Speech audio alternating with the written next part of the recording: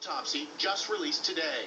The autopsy reveals that Paul Walker survived the initial crash but was seriously injured and still alive for at least a few seconds when the car burst into flames. Legendary pathologist Dr. Cyril Wecht. Mr. Walker died as a result of both blunt force injuries and then the fire that broke out sometime after the impact. Dr. Wecht says it's impossible to know how long Walker remained conscious. You cannot determine the length of time that Mr. Walker was conscious.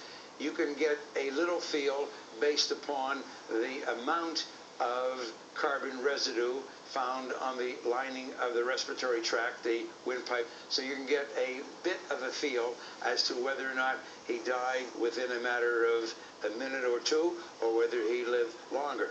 The autopsy also states that it was definitely his friend, Roger Rodas, who was driving. The bodies were burned beyond recognition. Walker was referred to as John Doe 240 until his identity was confirmed by dental records. Rodas is referred to as John Doe 239.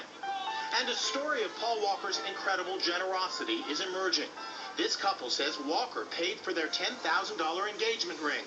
Soldier Kyle Upham had just returned from Afghanistan and encountered Walker in a jewelry store. When Walker learned he couldn't afford the ring he wanted to buy his sweetheart Irene, Walker secretly paid for it and had it delivered. He wasn't just someone who did movies. He gave of himself in everything he did. Universal Studios announced today that production has been shut down on Fast and Furious 7, which was already filming when Paul Walker died. Journalist Martin Bashir